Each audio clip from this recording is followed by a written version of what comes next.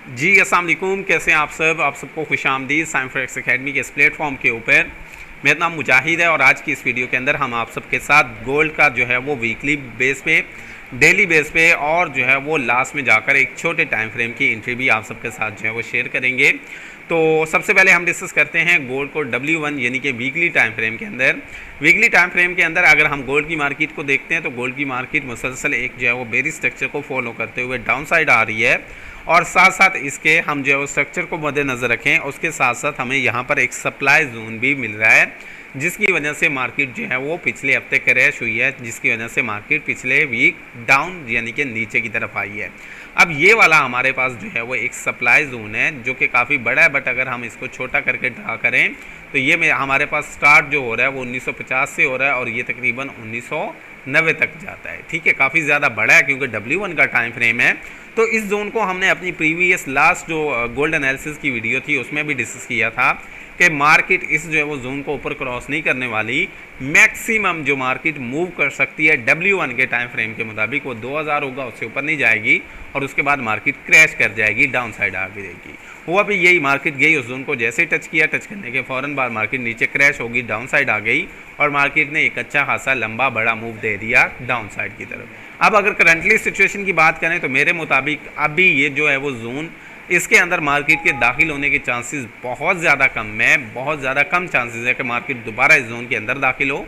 हाँ, रही इस जोन को नीचे वाले लेवल को यानी कि इसके स्टार्टिंग पॉइंट को टच करने की बात, तो मार्केट एक बार 1950 का लेवल टच ज़रूर कर सकती है, बट जो ज़्यादातर चांसेस हैं, जो मेरा पॉइंट ऑफ व्यू है वो ये है कि मार्केट इसको टच करके फिर से धड़ाम नीचे गिर जाएगी। मार्केट यहाँ पर रुकने वाली नहीं है, हमें यहाँ पर परेशान नहीं होना कि मार्केट यहाँ से बाय चली जाएगी।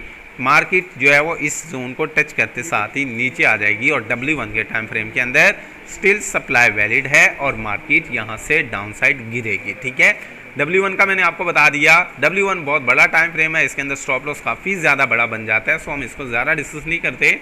हम मूव ऑन करते हैं D1 के टाइम फ्रेम के अंदर यानी कि डेली टाइम फ्रेम के अंदर। अब डेली टाइम फ्रेम की बात करें तो यहाँ भी बेरिश स्ट्रक्चर चल रहा है और बेरिश स्ट्रक्चर के साथ साथ हमारे पास यहाँ पर भी एक सप्लाई जोन है।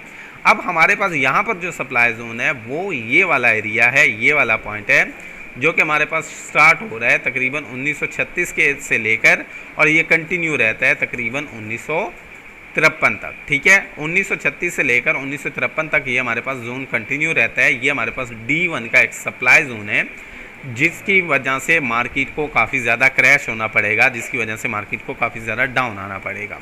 अब D1 के अंदर हमारे पास जो ये सप्लाई जोन है, इसके अंदर हम किसी भी पॉइंट पर, चाहे तो इसके स्टार्टिंग में, चाहे इसके मिड में या चाहे इसके लास्ट में, हम यहाँ पर सेल की ट्रेड कर सकते हैं। हमें यहाँ पर सेल करने का मौका मिलेगा और जो हमारा स्टॉप लॉस होगा वो हमारा इस जोन के ऊपर तकरीबन 1960 का स्टॉप लॉस होगा। यानी बात करें D1 की तो D1 के मुताबिक हमारा जो स्टॉप लॉस और टेक एंट्री पॉइंट बनता है वो कुछ इस तरह से बनता है। एंट्री पॉइंट तो आप अपनी मर्ज़ी का लगा सकते हैं, यानी कि जो है आप किसी भी पॉइंट पर ट्रेड ले सकते हैं, चाहे अभी ले लें, चाहे आप जोन के मिड में ले लें, चाहे आप जो है वो उसके लास्ट में जाकर ले लें। बट रही बात आपके स्टॉप लॉस की, तो स्टॉप लॉस तकरीबन आपका 1960 बनेगा और इसका जो फर्स्ट टेक प्रॉफिट होगा, ठीक है, इसका जो हमारे पास फर्स्ट टेक प्रॉफिट होगा वो हमारे पास होगा 1885। ठीक है, वो हमारे पास होगा 1885 और यूं इस तरह से अगर आप इसके स्टार्टिंग पॉइंट से ही ट्रेड लेते हैं तो आपके पास इसका जो रिस्क रिवार्ड रेशियो है वो आपके पास 1/2 रेशियो बन रहा है, जो कि एक जो है वो ट्रेडर के लिए अच्छी एवरेज है, एक अच्छी रेशियो है। तो D1 के अंदर आपके पास ये सप्लाई जोन है जिसके अंदर आप गोल्ड को लॉन्ग टर्म सेल जाता हुआ देखेंगे और मार्केट एक लंबा क्रैश करती हुई नज़र आएगी। बट एक चीज़ इसके अंदर याद रखिएगा कि आज की FOMC न्यूज़ भी काफ़ी ज़्यादा इंपॉर्टेंट है। ये न्यूज़ के दौरान बहुत ज़्यादा चांसेस हैं कि अपना एक बार ऊपर स्पाइक मार के दोबारा नीचे क्रैश हो जाए, बट हो सकता है कि मार्केट जो है वो इसके ऊपर क्लोजिंग दे दे। अगर इसके ऊपर क्लोजिंग दे देती है तो फिर तो ट्रेड नहीं होगी, लेकिन अगर मार्केट स्पाइक मार के नीचे क्लोज होती है तो देन डेफिनेटली आपका अगला जो पॉइंट ऑफ व्यू है अगले वीक का, एक का या दो का, वो आपका सेल में होना चाहिए। यहाँ से मार्केट लंबा सेल जाएगी। तो ये एंट्री पॉइंट और एसएल मैंने ऑलरेडी मेंशन कर रखा है, मैंने खुद भी जो है वो यहाँ से सेल कर लिया है। मज़ीद अगर मार्केट थोड़ा ऊपर मूव करेगी तो मैं मज़ीद सेल कर दूंगा और स्टॉप लॉस मेरा 1960 वाला रहेगा। तो ये है हमारा D1 के अंदर एंट्री पॉइंट और D1 के अंदर सेल का सेटअप। उसके बाद अगर आज की हम बात करें, यानी कि D1 के अंदर भी बहुत सारे लोग ट्रेड नहीं कर पाते, तो हम जो है वो बढ़ते हैं छोटे टाइम फ्रेम की तरफ, यानी कि H1 के टाइम फ्रेम की तरफ। H1 के अंदर अगर देखा जाए तो हमारे पास एक सेटअप बना हुआ है। ये सेटअप कुछ ज़्यादा स्ट्रॉन्ग तो नहीं है, बट मैं कुछ ऐसा पॉइंट आपके साथ शेयर करूँगा जिसकी मदद से इस सेटअप की एक्यूरेसी आपके साथ काफ़ी अच्छी जो है वो बन जाएगी। तो अगर यहाँ पर हम H1 के टाइम फ्रेम के अंदर देखें गोल्ड को, तो H1 के टाइम फ्रेम के अंदर एक तो इसमें जो है वो राइजिंग वेज टाइप बना हुआ है पैटर्न, और दूसरा अगर आप यहाँ पर देखते हैं तो इसमें एक head and shoulder type pattern बना हुआ है। तो यहाँ पर हमारे पास दो पैटर्न बने हुए हैं जो ट्रेंड रिवर्सल हैं, बट बदकिस्मती ये है कि ये जो है वो हमारे पास दरमियान में बन रहे हैं, टॉप पे नहीं बन रहे। सो हमें इस चीज़ की थोड़ी कन्फ्यूजन है, बाकी तो तकरीबन ये पैटर्न्स क्लियर हैं। अब इन पैटर्न्स के मुताबिक भी हम मार्केट के अंदर यहाँ पर ट्रेड ज़रूर कर सकते हैं। हमारे पास यहाँ जो है वो ट्रेड के लिए एक अच्छा सेटअप मौजूद है, बट अब ट्रेड करनी कैसी है, ज़रा इस चीज़ को, इस पॉइंट को समझ लें।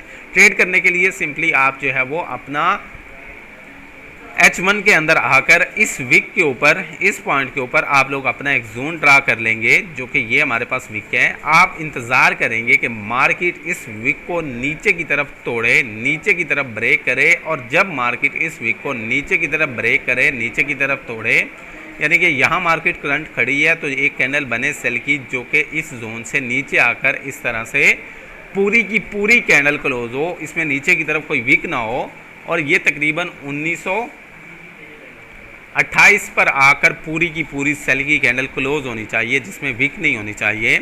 और अगर 1928 के नीचे आकर अभी अभी फ्रेश मार्केट के अंदर कैंडल क्लोज हो जाती है, जो कि पूरी सेल की कैंडल होती है, और पिछली जो लास्ट इसकी विक थी उससे नीचे उसका जो है वो बॉडी क्लोजिंग होती है, तो उस क्लोजिंग के बाद आप यहाँ से सेल कर लेंगे। उस क्लोजिंग के बाद आप लोग यहाँ से क्या करेंगे, आप लोग यहाँ पर सेल कर देंगे। यहाँ से मार्केट के अंदर सेल की एंट्री आपकी एक्टिव हो जाएगी।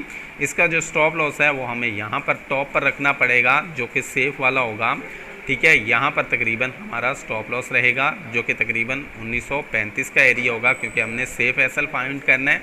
तो हमारा 1935 का जो है वो एसएल रहेगा इसके अंदर, और इसका जो फर्स्ट टेक प्रॉफिट होगा, फर्स्ट जो हमारा टीपी होगा वो हमारा तकरीबन 1917 का एरिया है, ठीक है। फर्स्ट जो हमारा टेक प्रॉफिट होगा वो हमारा तकरीबन 1917 का एरिया है। तो ये है H1 की ट्रेड, जिसके मुताबिक आप जो है वो गोल्ड को 1928 से सेल कर सकते हैं, 1934 का एसएल रख सकते हैं, और 1916, 1917 आप इसका फर्स्ट टेक प्रॉफिट ले सकते हैं। बट याद रखिएगा, आप ये सेल इस सिचुएशन में करेंगे जब मार्केट अभी अभी, यानी कि आने वाले चंद घंटों के अंदर अंदर एक सेल की पूरी कैंडल जो है वो अपनी इस वीक के अंदर या इस पॉइंट पर जहां मैंने सपोर्ट लगाई है इससे नीचे क्लोज करे, देन आप लोग सेल करें और मार्केट के अंदर आप अपने इस एंट्री से प्रॉफिट कमा सकते हैं।